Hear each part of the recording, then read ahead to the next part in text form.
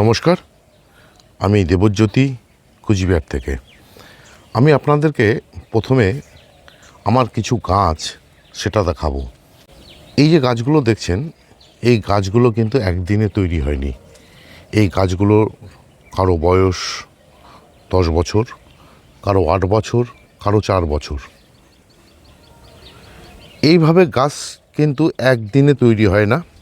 তার জন্য প্রথমে আমাদেরকে যেটা করতে হয়, নার্সারি থেকে যে সমস্ত গাছের চারা আমরা নিয়ে আসি, সেই চারাকে প্রথমে তারকে ছোট মাটির টবে দিয়ে দিতে হয়। শুরুতেই যদি আপনারা এরকম বড় গ্রো ব্যাগ বা প্লাস্টিকের টবে দিয়ে দেন, তাহলে কিন্তু গাছ ঠিক আশানুরূপ ফল পাওয়া যাবে না। তাই শুরুতে দিয়ে যেতে হবে চারা গাছগুলোকে মাটির টবে।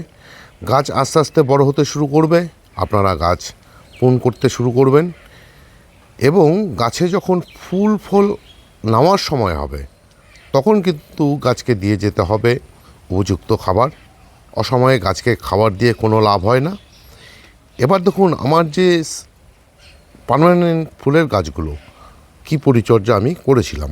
তো পার্মানেন্ট ফুলের গাছ আমাকে গাছ ভরে ফুল দিয়েছে, সে সমস্ত গাছের কি পরিচর্যা করি বা করেছিলাম। আমি অক্টোবর মাস থেকে নভেম্বর মাস শস্যের খোল জল দিই, আবার ফেব্রুয়ারি মাস থেকে এপ্রিল মাস পর্যন্ত শস্যের খোল জল দিই। ডিসেম্বর জানুয়ারি ডরমেন্সি পিরিয়ড থাকে, সে সময় কোনো রকম পরিচর্যা করি না। মে মাস থেকে শুরু হয়ে যায় ফুল ফোটার জন্য পটাশিয়াম জাতীয় খাবার, সেখানে আমি 10-26-26 গাছগুলোতে ব্যবহার করি।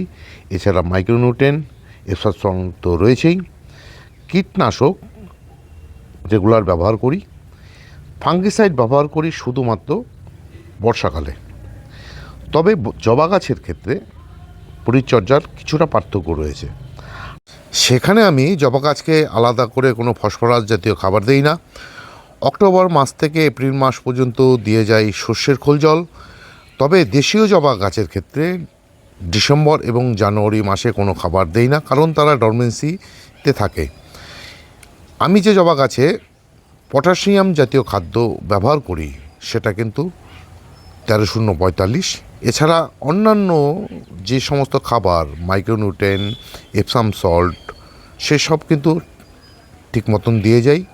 কীটনাশক ফাঙ্গিসাইড জবা গাছে একটু বেশি পরিমাণেই লাগে। এই ছিল আজকের ছোট্ট একটি ভিডিও।